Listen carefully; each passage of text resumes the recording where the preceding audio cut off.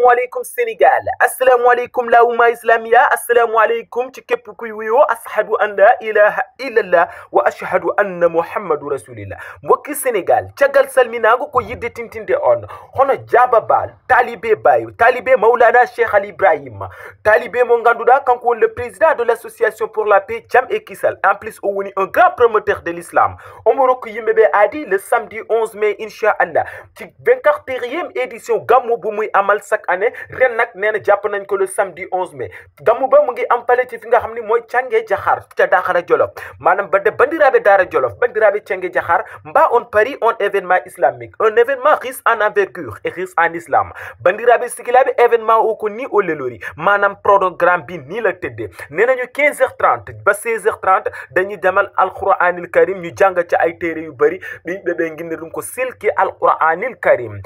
17h so yoni c'est la prière de takusan manam yimɓe juuloya takusan 19h inchallah prière de timis manam yimɓe ɓe juuloya timis ñu dem julli ji timis ñëwaat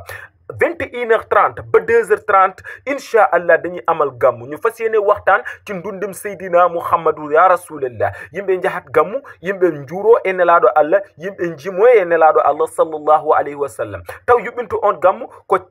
Ceerno Cheikh Abdou Gadji bandiraɓe julɓe mba on parie on événement islamique min koyemi parie inchallahu rabbi mbeɗemi Daara Jolof toon to wuuro men wiyetengo Cange Jaxaar. Vous optez pour le divertissement.